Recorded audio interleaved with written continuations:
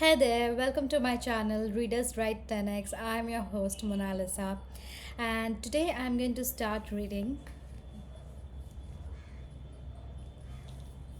Krishna. Krishna book by Bhaktivedanta Swami Prabhupada. Did you get that? Okay. So I am starting with the first chapter, and once I finish the first chapter, I will be giving you a summary of what has happened. And if in the transition I missed out on any information, vital information, please do comment and let me know, because I am also a human being. I made mistakes. All right. So it will be a fast forward, okay, until we meet in the summary section. So before going anywhere, hit that subscribe button and ring that notification bell so you can never miss out on our adventure of having reading spiritual books and self-reading books. Self-reading books? Self-help books. Okay, let's get started.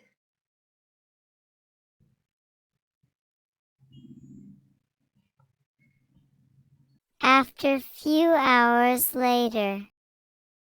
I have finished my first chapter, and here we witnessed a world burdened by unnecessary injustice done by the demon kings who have cast a shadow of fears and chaos.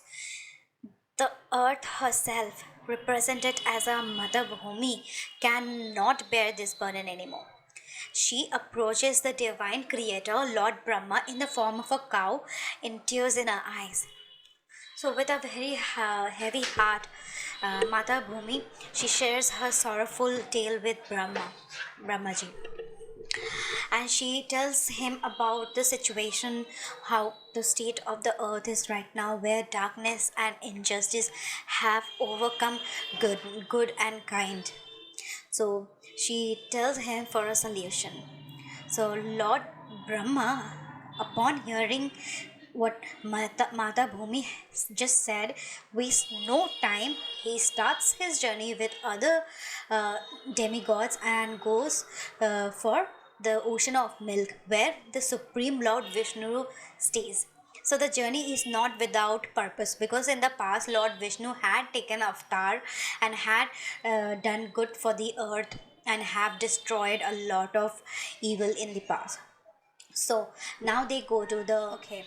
Within the Vedic mantras, we find sacred chant known as Purusa-Sukta. So it teaches us that when disturbance shakes the universe, Lord Vishnu can be approached. So whenever the approach is not direct, one must stand upon the shore of milk of ocean and then start chanting his name, and then he will definitely respond. But here the demigod starts reciting the mantra, but he does not reply. Then Brahmaji sits and starts meditating. This duration, his meditation that he was doing, Lord Vishnu sends him a message to Lord Brahma through his heart, revealing his divine plan. And what was the plan? The message was from Lord Vishnu. It is clear that he has decided to go to earth again, vanquishing the demons to restore the balance to the universe. He requested all the demigods to take birth as a member of Yadu dynasty, with himself being born as the son of Vasudev and Devki Mata. Goes to the earthly realm. The Yadu dynasty is led by a noble king whose name is Suraseshana. Please correct me if I'm pronouncing it wrong. Who rules the city of Mathura. It is within his dynasty that our story unfolds.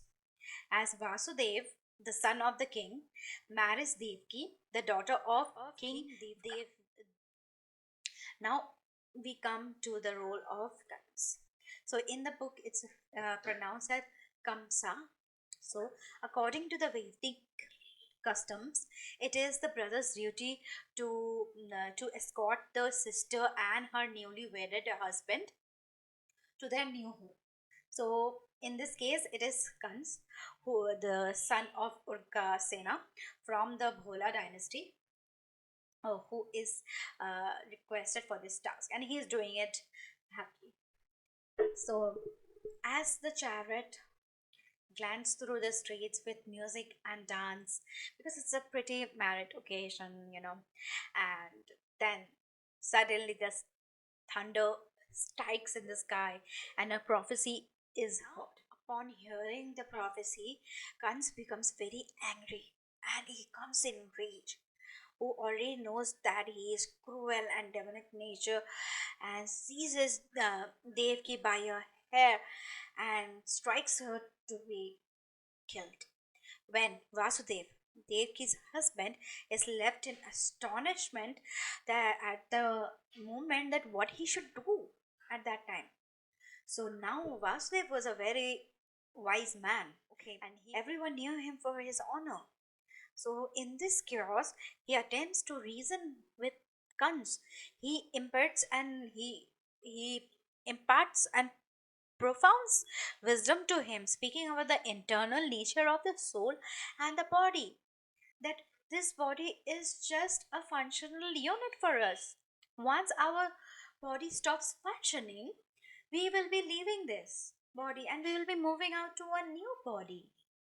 So there is nothing to fear about how we die, because we are here just to live on a purpose, so that, like, how do I put that in word? Like, we have one body today and we die because of old age. We are not able to function. My body is not able to function. My soul moves out. My soul goes to another new body. And when I am in that new body, I do not remember my past bodies any moments. So that's the way life is all set.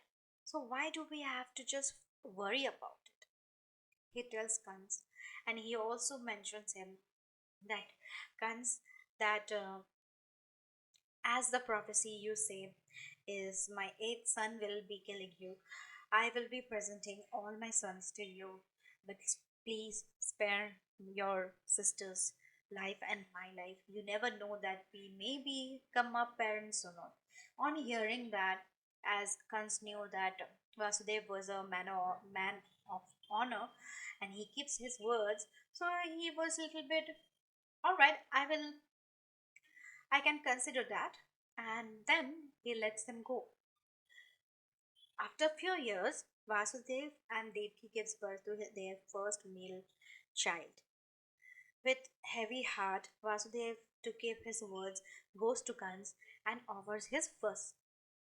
With Kans becomes very affectionate and he says, "Your eighth child will be the cause of my death. So your first or other children has no role to play for me. You can have them and live with them." So that was a relief for Vasudev.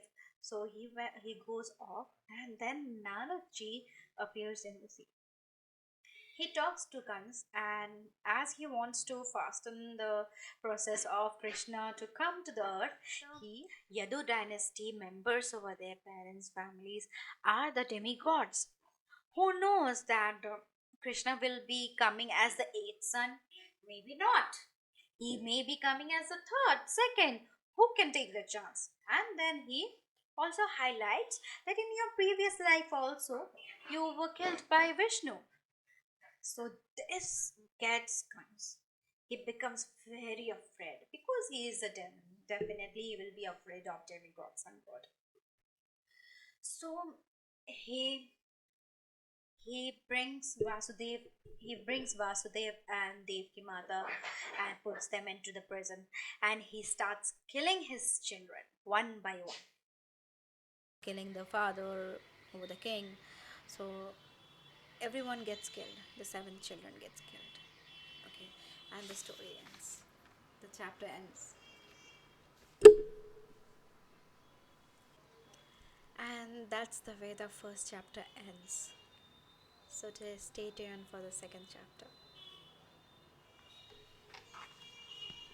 Bye bye.